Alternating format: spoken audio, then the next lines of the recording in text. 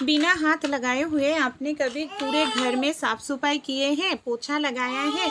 ऐसे ही कुछ छोटे छोटे टिप्स शेयर करने वाली हूँ फ्रेंड आप लोगों के साथ। उम्मीद करती हूँ अगर आप भी अप्लाई करेंगे आपका जो डेली का काम है ना बहुत ही आसान हो जाएगा। तो चलिए आज का ऐसे ही टिप्स देख लेते हैं। हमारे घर में बच्चों का जो इस तरीके का स्केल होते हैं ना, कई बार होता है क्या, स्केल के जो कवर हैं ख़राब हो जाते हैं और स्केल बच्चे लोग यूज़ करते करते जो स्केल में इंची का माप होते हैं लिखा हुआ होते हैं ना वो मिट जाते हैं और हमें फिर से नए स्केल खरीदना पड़ते हैं। तो जब भी स्केल के कवर ख़राब हो जाए नए रहे तब भी ये टिप्स फॉलो कीजिएगा। तो इससे देखिएगा आपका स्केल कभी भी ख़राब नहीं होगा। तो मैंने यहाँ पर ले लिया है सेलो टेप। स्केल के जिस तरफ लिखा हुआ है इंची के माप है 1 2 करके लिखा हुआ है ना, उस जगह पर आप इस तरीके से, मेरा तो स्केल बड़ा वाला है, बड़ा वाला मैंने सेलो टेप ले लिया है।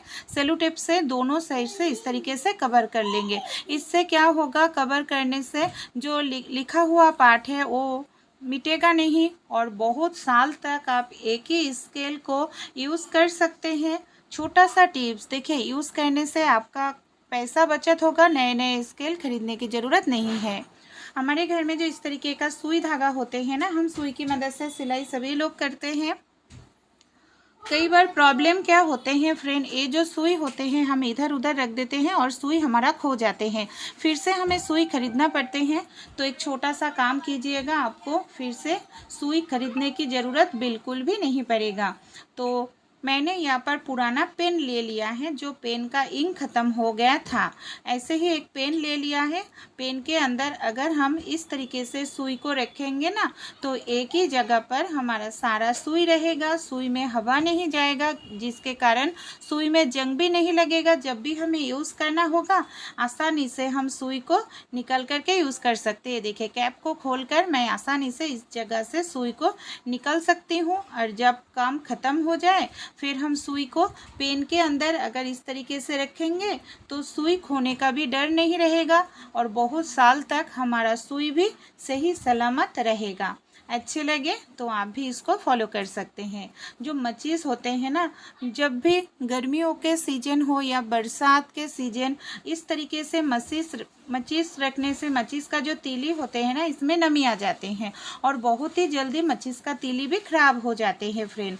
तो एक छोटा सा काम आप कर सकते हैं जिससे मचीस का तीली में कभी भी नमी नहीं आएगा और बहुत साल तक आप इस मचीस के तीली को यूज़ कर पाएंगे। मैं इस तरीके का जो डिब्बा होते हैं ना हमारे घर में, ऐसे ही एक पुराना डिब्बा मैंने ले लिया है। डिब्बे के अंदर अगर हम मैचिस को इस तरीके से भर कर रखेंगे ना तो क्या होगा, हमारे जो मचीस का तीली है वो कभी भी नहीं आएगा और आसानी से जल जाएगा। ये देखिए एकदम से मचीस का तीली हमारा सूखा हुआ है। तो आप भी ये छोटा सा टिप्स ज़रूर फॉलो करके देखिएगा फ्रेंड। उम्मीद करती हूँ आपको भी फ़ायदा होगा। चलिए अगला टिप्स हम देख लेते हैं। हम महिला लोग ब्लाउज़ तो पहनते ही हैं, साड़ी के साथ सलवार कमीज़ पहनते हैं। कई बार प्रॉब्लम क्या होते हैं फ्रेंड, ये जो ब्लाउज़ पहनते हैं ना, दिक्कत क्या होते हैं, अंदर जो ब्रा होते हैं ना, कई बार ब्रा बाहर दिखाई देते, कई बार हमें तो शर्मिंदगी के सामने भी करना पड़ते हैं। तो एक छोटा सा काम करने से सलवार कमीज़ से या ब्लाउज़ से कभी भी जो ब्रा के फीता होते हैं वो बाहर नहीं आएगा। इसके लिए हम क्या करेंगे फ्रेंड, हमारे घर में डबल टेप का जो सेलो टेप होते हैं, आप कोई भी यहाँ पर डबल टेप के सेलो टेप थोड़ा सा ले लीजिएगा। मैं यहाँ पर डबल टेप के सेलो टेप थोड़ा सा ले लेंगे और ब्लाउज़ के अंदर से इसको सेट कर देंगे। ये देखिए इस तरीके से, और ब्रा का जो फीता है उसको भी सेट कर देंगे।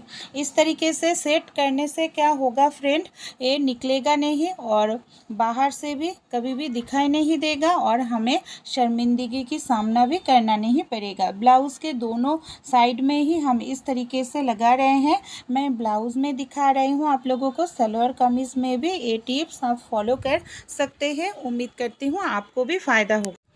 हमारे घर में इस तरीके का जो चाबी रिंग होते हैं ना, कई बार रिंग तो रहते हैं लेकिन दूसरे वाला पार्ट खो जाते हैं और ऐसे ही रखने से देखने में बहुत ही ज़्यादा ख़राब लगते हैं। चाबी को हम इसके अंदर डालते हैं तो एक काम कीजिएगा, ऐसे कार्ड हमें मिलते ही हैं जब भी हम ऑनलाइन शॉपिंग वगैरह करते हैं या ऐसे ही हम शॉपिंग करते हैं, ऐसे ही जो कार्ड मिलते हैं ना, इसको हम आसानी से अपने चाबी वाला रिंग में सेट कर सकते हैं। इससे देखने में सुंदर लगेगा और चाबी रखने से भी हम आसानी से किसी भी जगह पर रख पाएंगे। तो बेकार मत फेंकिएगा, इस तरीके से भी आप चाबी रिंग को बना सकते हैं। अगर आपके पास रिंग है तो आसानी से बन जाएगा, बहुत ही खूबसूरत सा एक रिंग। तो अच्छे लगे आप भी इसको एक बार बनाकर देखिएगा। चलिए अगला नेक्स्ट स्टेप हम देख लेते हैं। मैंने गैस को ऑन कर लिया है। इस तरीके का जो कंटेनर हमारे घर में होते हैं ना, मैंने पुराना एक कंटेनर ले लिया है और फॉक को ले लिया है। जो चाउमीन खाने वाला चम्मच है उस फॉक को मैंने अच्छे से गर्म करके ले लिया है। गर्म करने के बाद हमें क्या करना होगा, छोटे छोटे करके ऐसे ही छोटे छोटे करके हमने बहुत सारे छेद इसमें करना पड़ेगा। ये देखिए मैंने बहुत सारे छेद कर लिया है।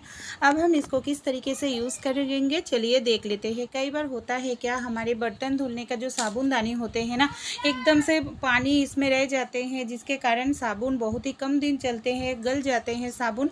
तो इस तरीके का जो पुराने कंटेनर होते हैं आप इसमें छेद कर लीजिएगा। मैंने रबर बैंड ले लिया है। इस तरीके से 1-2 रबर बैंड आप कंटेनर के ऊपर इस तरीके से लगा दीजिएगा। मैं दोनों साइड से 2 रबर बैंड इस तरीके से लगा रही हूँ। फिर क्या करेंगे, साबुन को रबर बैंड के ऊपर रखेंगे, कॉस्बाइट को भी इस तरीके से रखेंगे। जितना भी पानी है बहुत ही आसानी से निकल जाएगा, साबुन भी सूख जाएगा, बहुत दिन तक चलेगा। रोटी हम सभी लोग खाते हैं फ्रेंड। जब भी हम रोटी बनाएं, सूखा जो आटा होते हैं हम हाथ की मदद से लेते हैं। हाथ से आटा लेने से कई बार रोटी बनाने के समय ज़्यादा आटा गिर जाते हैं और उस रोटी खाने से गैस एसिडिटी ज़्यादा बनते हैं। और हाथ से आटा लेने से हमारा आटा भी गंदा हो जाते हैं, बहुत ही कम दिनों में आटा ख़राब हो जाते हैं फ्रेंड। और एक दिक्कत होती है, इस तरीके से बार बार हाथ से आटा लेने से हाथ भी हमारा ख़राब होते हैं। तो अगर आप छोटा सा एक टिप्स अप्लाई करेंगे ना, तो देखिएगा आपको आटा में डायरेक्ट हाथ डालने की ज़रूरत नहीं पड़ेगा और रोटी बेलने के समय ज़्यादा आटा लेने की भी ज़रूरत नहीं है।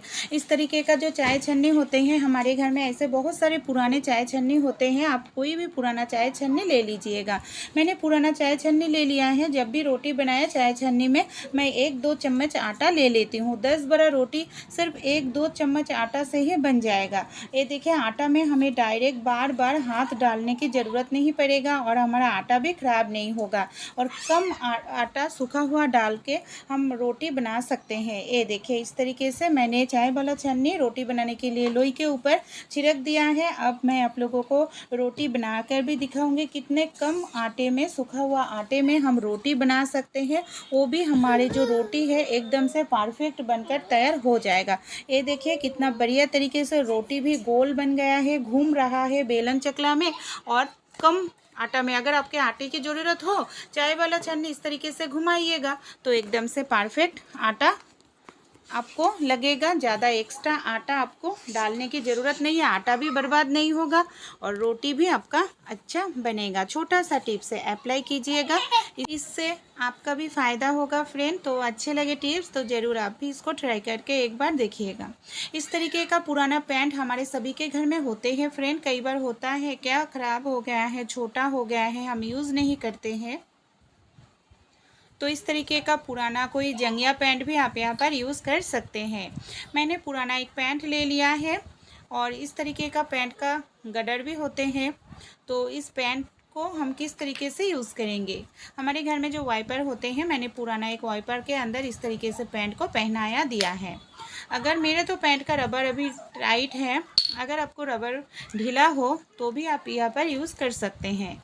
क्या करेंगे, वाइपर के नीचे वाले साइड में इस तरीके से देखिए पेन को थोड़ा सा नीचा कर देंगे। और हमारे घर में जो पेन का ढक्कन होते हैं ना, पेन का जो कैप होते हैं ना, दोनों साइड 2 पेन के कैप हम ले लेंगे जिसका इंक ख़त्म हो गया है, इस तरीके से लगा देंगे। तो क्या होगा, वाइपर से हमारे जो पैंट है ये खुलेगा नहीं। दोनों साइड से हम इस तरीके से अच्छे से लगा देंगे पेन के कैप को, तो एकदम से टाइट होकर फिक्स्ड होकर रहेगा। फिर हम इसकी मदद से किस तरीके से कौन से काम आसान कर सकते हैं, चलिए देख लेते हैं। हम घर में आसानी से पोछा लगा सकते हैं। हमें पोछा लगाने के लिए कोई भी मॉप खरीदने की ज़रूरत नहीं पड़ेगा। जहाँ पर हमारा हाथ नहीं पहुँचती है उस जगह पर भी आसानी से पोछा लगाना हो जाएगा। घर भी साफ़ सुथरा रहेगा, कमर घुटने कुछ भी दर्द नहीं करेगा और घंटों का काम हमारा मिनटों में ही हो जाएगा, पैसे का भी बचत होगा। ये देखिए कितना बढ़िया तरीके से हमारे अलमारी के नीचे, बेड के नीचे जहाँ पर हाथ नहीं पहुँचती है वहाँ पर भी हम पोछा लगा सकते हैं। तरीका अच्छे लगा, आप भी ट्राई करके देखिएगा। जब पोछा लगाना हो जाए हम खोलकर पेन के ढक्कन को हटा लेंगे, इसको धोकर सुखाए